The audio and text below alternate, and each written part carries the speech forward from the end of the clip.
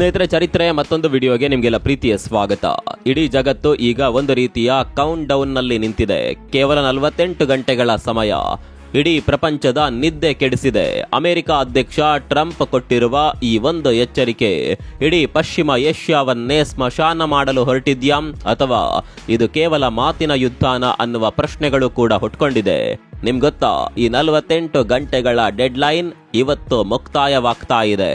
Trump ನೇರವಾಗಿ ಹೇಳಿದ್ದಾರೆ, Iran ತನ್ನ ಹಠ ಬಿಡದೇ ಇದ್ರೆ ಅವರ ಪವರ್ ಪ್ಲಾಂಟ್ ಗಳನ್ನ ಧೂಳಿಪಟ ಮಾಡ್ತೀವಿ. ಇದು ಸುಮ್ಮನೆ ಹೇಳುತ್ತಿರುವ ಮಾತಲ್ಲ. ಇದರ ಹಿಂದೆ ಇರೋದು ಜಾಗತಿಕ ತೈಲ ಮಾರುಕಟ್ಟೆಯ ಆಟ ಮತ್ತು ಅಣುಬಾಂಬ್ನ ಭೀತಿ. ಇದು ಸಾಮಾನ್ಯ ವಿಷಯ ಅಲ್ಲ, ಯಾಕಂದ್ರೆ ಇದು ಕೇವಲ ಅಮೆರಿಕ ಮತ್ತು ಇರಾನ್ ನಡುವಿನ ಜಗಳವಲ್ಲ. ಇದರ ಬಿಸಿ ಭಾರತದ ಮೇಲೆ ಹೇಗ್ ತಟ್ಟಬಹುದು ಅನ್ನೋದನ್ನ ಕೇಳಿದ್ರೆ ನೀವು ನಿಜಕ್ಕೂ ಶಾಕ್ ಆಗ್ತೀರಿ. ಹಾಗಾದ್ರೆ ಏನಿದು ಡೆಡ್ ಲೈನ್? ಈ ಡೆಡ್ ಲೈನ್ ಮುಗಿದ ಮೇಲೆ ಅಮೆರಿಕ ಏನ್ ಮಾಡುತ್ತೆ? ಇದರಿಂದ ಭಾರತ ಹಾಗೂ ಜಗತ್ತಿನ ಮೇಲೆ ಏನೆಲ್ಲ ಪರಿಣಾಮ ಬೀರುತ್ತೆ? ಇವತ್ತಿನ ಈ ವಿಡಿಯೋದಲ್ಲಿ ಎಲ್ಲವನ್ನ ಡೀಟೇಲ್ ಆಗಿ ನೋಡ್ತಾ ಹೋಗೋಣ ಬನ್ನಿ.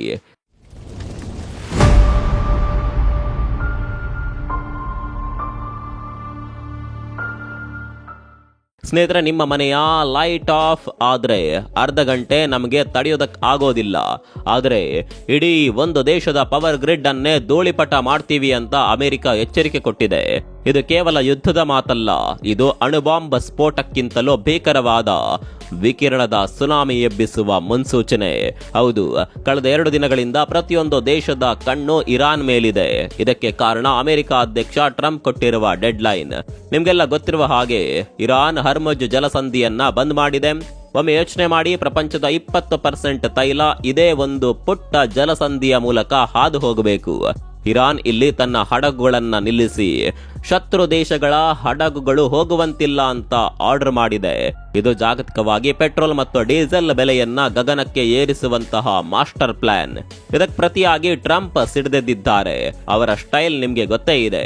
ಪೀಸ್ ಥ್ರೂ ಸ್ಟ್ರೆಂತ್ ಅಥವಾ ಶಕ್ತಿಯ ಮೂಲಕ ಶಾಂತಿ ಅನ್ನೋದು ಅವರ ಪಾಲಿಸಿ. ಟ್ರಂಪ್ ನೇರವಾಗಿ ಹೇಳ್ತಿರೋದೇನ್ ಗೊತ್ತಾ?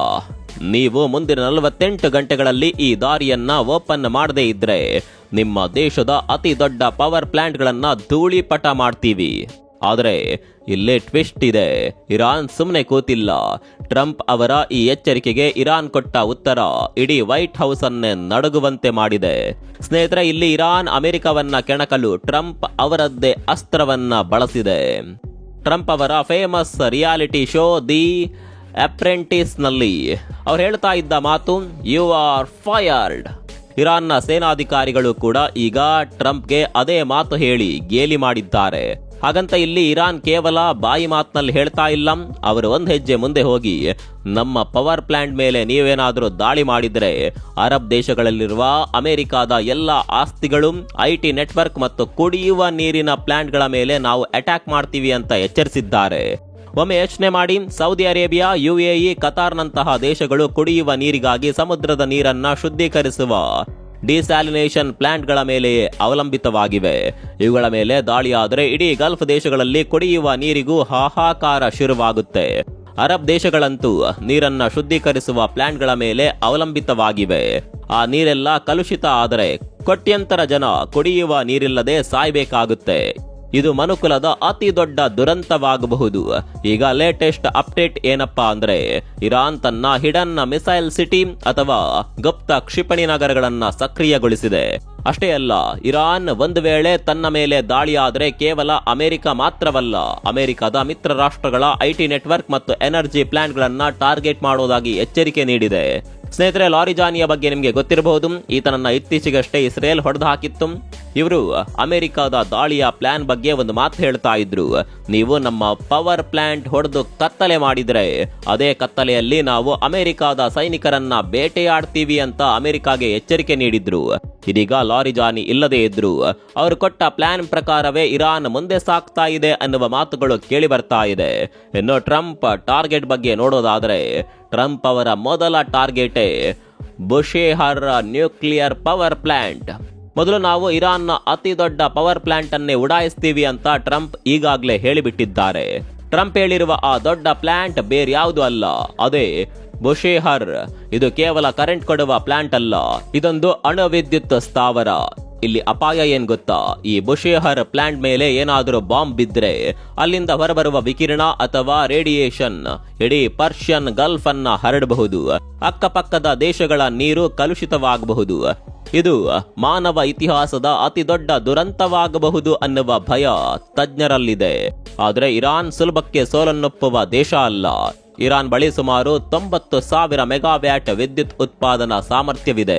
ಅವರ ಪವರ್ ಗ್ರಿಡ್ ಅಷ್ಟು ಸುಲಭವಾಗಿ ನಾಶಪಡಿಸಲು ಸಾಧ್ಯವಿಲ್ಲ ಎನ್ನಲಾಗ್ತಾ ಇದೆ.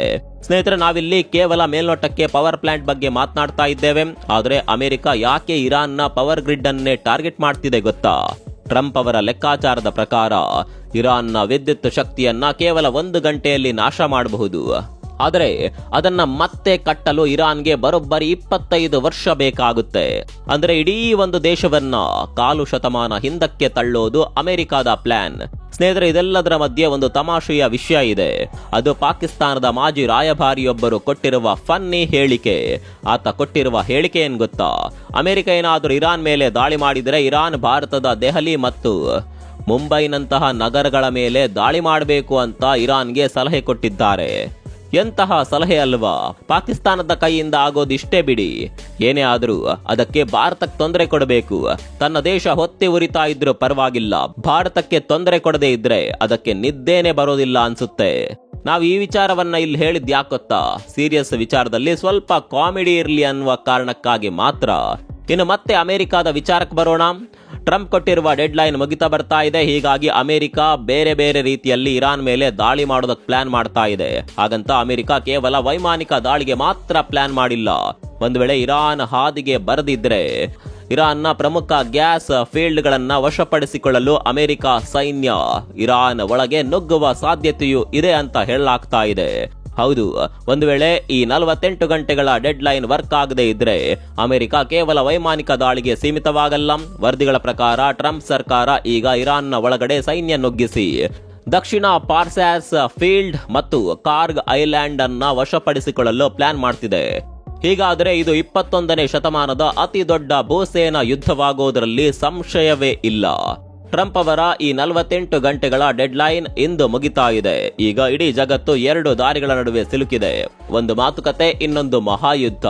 ಟ್ರಂಪ್ ಅವರ ಈ ಎಚ್ಚರಿಕೆ ಇರಾನ್ ಅನ್ನ ಟೇಬಲ್ ಮೇಲೆ ತಂದು ಕೂರಿಸುತ್ತಾ ಅಥವಾ ಪಶ್ಚಿಮ ಏಷ್ಯಾವನ್ನ ಬೆಂಕಿಯ ಜ್ವಾಲೆಯಲ್ಲಿ ತಳ್ಳುತ್ತಾ?